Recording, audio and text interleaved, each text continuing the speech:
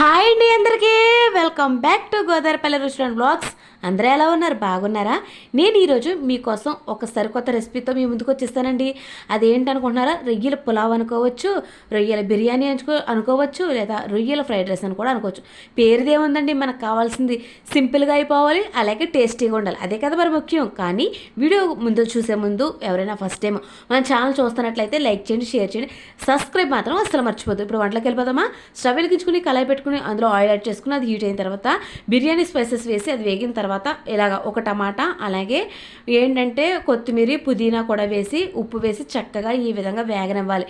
ఇప్పుడు వేగిన తర్వాత మనం క్లీన్ చేసి పెట్టుకున్న రొయ్యలు తీసుకొచ్చి ఇందులో వేసి వాటర్ రిలీజ్ అయ్యేంత వరకు కూడా వేగనివ్వండి.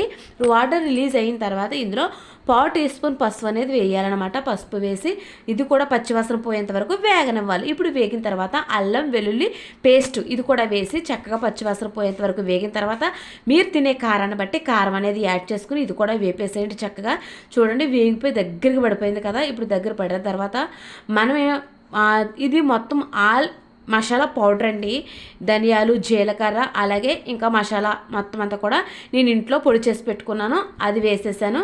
ఇప్పుడు మనం ఉడికించిన రైస్ని తీసుకొచ్చి ఇందులో వేసేసి చక్కగా మొత్తం అంతా కలిసే విధంగా ఇక్కడ చూపిస్తున్నాం కదా, ఈ విధంగా మొత్తం అంతా కలిపేయాలి. అంతే, చాలా బాగుంటుంది, చాలా టేస్టీగా ఉంటుంది. మీరు లాస్ట్లో ఇష్టమైతే కొంచెం కొత్తిమీర కూడా యాడ్ చేసుకోవచ్చు. చూసారు కదా, ఈ విధంగా చక్కగా మనం సర్వ్ చేసుకుంటే చాలా బాగుంటుంది.